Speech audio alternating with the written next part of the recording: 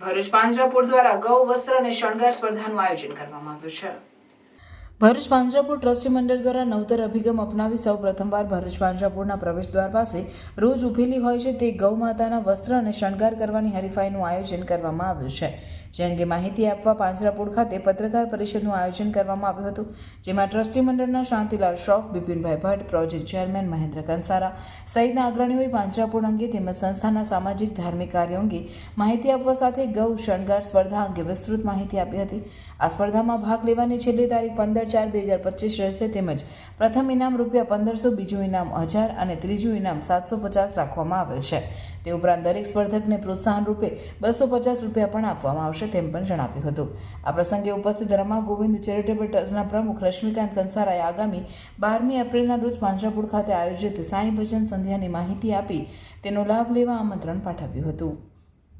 અનેક નાની મોટી ઉંમરની ગાયો અહીંયા અમારા ત્યાં ઉપલબ્ધ છે, નાના નાની વાછરડીઓ પણ છે અને પ્રસંગોપાત મહિનામાં 2-3 જે ગાયો હોય છે એને નાની નાની વાછરડીઓ આવતી પણ હોય છે। એટલે આ તમામ સંજોગોમાં દરેક ગાયને એક સુંદર રીતે સુશોભિત કરીને અહીંયા રાખવામાં આવે તો એના માટે જાહેર જનતાનું ઇન્વોલ્વમેન્ટ વધે। અમારો મુખ્ય મહત્વનો બિંદુ એ છે કે ભાઈ પ્રજાનું અંદર ઇન્વોલ્વમેન્ટ વધે, કે વધુ ને વધુ લોકો આમાં જોડાય, પોતાની જે કળા છે, ક્રિએટિવિટી છે, અને અત્યારે વેકેશનનો સમય છે કે ઘણી બધી સ્કૂલોમાં પરીક્ષાઓ પૂર્ણ થઈ છે, ઘણી માતાઓ અને બહેનો પણ ખૂબ મોટી સંખ્યામાં આ વેકેશન હોવાને કારણે થોડું પ્રમાણમાં એ લોકો દૈનિક કાર્યમાંથી, શૈક્ષણિક કાર્યમાંથી થોડા મુક્તિ મેળવી છે, તો તેઓ એમની ક્રિએટિવિટી આ ગૌ વસ્ત્ર બનાવી અને અહીંયા આપે।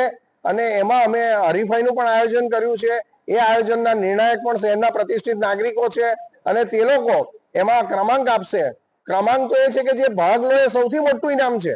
આ ઇનામ તો બહુ ટોકન વસ્તુ છે કે પહેલું ઇનામ ₹1500, પછી ₹1000 અને ₹750 એવું કંઈક છે, અને ત્યાર પછી તમામ ભાગ લેનારને ₹250 મિનિમમ આશ્વાસન ઇનામ અમે આપવાના છીએ। પણ મહત્વનો બિંદુ એ છે કે ગાયને આપણે જ્યારે માતા કહેતા હોય, 33 કરોડ દેવી દેવતાઓનો એમાં વાસ હોય, ત્યારે આવી ગાય માતાને સુશોભન કરવાની તક ભરૂચના નાગરિકો, સ્ત્રી પુરુષો તમામને મળેલી છે।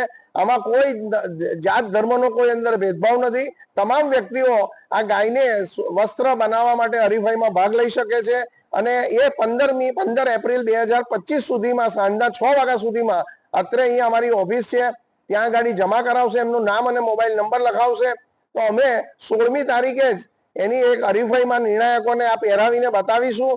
બધાને હાજર રહેવા જાહેર સમય અને સ્થળ પણ કહીશું અને તે દિવસે એમની હાજરીમાં જ નિર્ણાયક આખો એ હરીફાઈ પૂરી થશે। માનો કે દાખલા તરીકે 15 જણાએ ભાગ લીધો કે 25 જણાએ ભાગ લીધો, તો 25 ના વસ્ત્રો એક જ સમયે તબક્કાવાર પહેરાવીને ત્યાર પછી એનો ક્રમાંક આપવામાં આવશે અને ત્યાં જ સ્થળ ઉપર શહેરના પ્રતિષ્ઠિત નાગરિકોની હાજરીમાં અને અમારા ટ્રસ્ટી મંડળના ટ્રસ્ટીઓની હાજરીમાં અહીંયા એમને ઇનામ વિતરણ પણ કરવામાં આવશે અને એમનું બહુમાન પણ કરવામાં આવશે। સાથે સાથે આ રમા ગોવિંદ ચેરિટેબલ ટ્રસ્ટના રશ્મિભાઈ કંસારા અત્રે ઉપસ્થિત છે, તેઓએ પણ પોતાની લાગણી વ્યક્ત કરી કે જે વસ્ત્ર હરીફાઈમાં જે લોકો પ્રથમ, દ્વિતીય અને તૃતીય ક્રમાંકથી વિજય નીવડશે એમને એ શિલ્ડ પણ આપવાના છે। સાથે સાથે પ્રમાણપત્ર પણ તમામ ભાગ લેનાર જે પાર્ટિસિપન્ટ છે તે તમામને એ લોકો પ્રમાણપત્ર પણ આપવાના છે। એટલે આ તબક્કે હું ભરૂચના તમામ સ્ત્રી પુરુષોને હું વિનંતી કરું છું કે આ ગૌ વસ્ત્ર હરીફાઈમાં અહીંયા મોટી સંખ્યામાં ભાગ લે અને જે હરીફાઈમાં જે વસ્ત્રો આપવામાં આવશે તે હવે 365 દિવસ એટલે કે આખું વર્ષ આ ગાય માતા જે અહીંયા અમે રોજ અહીંયા પૂજા માટે રાખીએ છીએ એને રોજ ઓલ્ટરનેટ ઓઢાવશું, એટલે તમારી કાયમની હાજરી રહેશે। વિશેષમાં નિયમ ખાલી એટલા છે કે એમાં ભરૂચ પાંજરાપોળ લખવાનું રહેશે, પછી એ ગુજરાતીમાં લખો, હિન્દીમાં લખો કે અંગ્રેજીમાં લખો। તદ ઉપરાંત જે વ્યક્તિ પાર્ટિસિપન્ટ હોય એટલે કે ભાગ લેનાર હોય તે પોતાનું નામ પણ લખી શકે છે, કે દાખલા તરીકે ભાઈ મહેન્દ્રભાઈ કંસારા, શાંતિભાઈ શ્રોફ, બિપિનભાઈ ભટ્ટ, તે પોતાનું નામ પણ લખાવી શકે છે। તદ ઉપરાંત કોઈક એવો મેસેજ ગાય માતાને લગતો અથવા જીવદયાને લગતો, કે ભાઈ ઘણા કિસ્સામાં એવું હોય છે કે ભાઈ મારો શું વાંક। હવે આ 33 કરોડ દેવી દેવતાના વાસ ગૌ માતામાં આપણે એક આ 15/4 પહેલા આપણે એક હરીફાઈ રાખી છે, ગૌ વસ્ત્ર હરીફાઈ। ગૌ વસ્ત્ર હરીફાઈ એટલે આપણે આ જે અહીંયા ગાય મૂકી છે એને અલગ અલગ શણગારવાના કઈ રીતે છે એ બધા પોતપોતાના ત્યાંથી લાવીને અહીંયા ઘરે શણગારવામાં આવશે અને એના નિર્ણાયકો એને જજ કરશે। ત્યાર પછી આપણે મહેન્દ્રભાઈ આગળની વાત કરશે। પાંજરાપોળ માત્ર ગૌ સેવા માટે નહીં પણ આપણે જીવદયાના ઘણા નાના મોટા બી એવા કામો કરે છે। ચકલી દિવસે અહીં ઘણા કુંડાઓનું વિતરણ કરવામાં આવ્યું છે, નિઃશુલ્ક વિતરણ કરવામાં આવ્યું છે। જેથી ગરમીમાં કબૂતરોને, ચકલીઓને, બધાને પક્ષીઓને પાણી બી મળે. અહીંયા આપણે 2 મોટા કબૂતરના આવાસ ઊભા કર્યા છે, જેમાં સવારથી સાંજ સુધી ખાસા એવા કબૂતરો, લગભગ 300-400 જેટલા કબૂતરોને જુવાર નાખી એમનું જીવદયા કરવામાં આવે છે. હવે આ અહીંયા આગળ આપણે એ ઉપરાંત મફત રાહત દરે નોટબુક બી આપવામાં આવે છે. આવા ઘણા સોશિયલ એક્ટિવિટીઝ પાંજરાપોળની બધા ટ્રસ્ટીઓ, અમારા શ્રી બિપિનભાઈ ભટ્ટ MD, મહેન્દ્રભાઈ કંસારા અને બીજા બધા ટ્રસ્ટીઓ આની અંદર ખૂબ રસ લે છે અને આ સંસ્થાને વધુને વધુ આપણા ભરૂચ જિલ્લા અને ગુજરાતમાં બી આપણે નામના મેળવી શકીએ એવા કાર્યો આપણા દ્વારા થાય છે. તો આ વસ્ત્ર હરીફાઈમાં ભરૂચની જનતાને મારો નમ્ર અપીલ છે, વિનંતી છે કે આપ સારામાં સારા ગૌ માતાને શણગારવા માટે જે સમજો કે દેવતાઓના વાસને જ પ્રતિબિંબ કરવાનું છે. ભગવાનની જે ગાય આ ભગવાનનું સ્વરૂપ છે, એને જેટલું બને એટલું સારા વસ્ત્રોમાં અલંકારથી એને સુશોભિત કરી અને આપ અહીંયા ગાડી પધારશો. નમસ્કાર.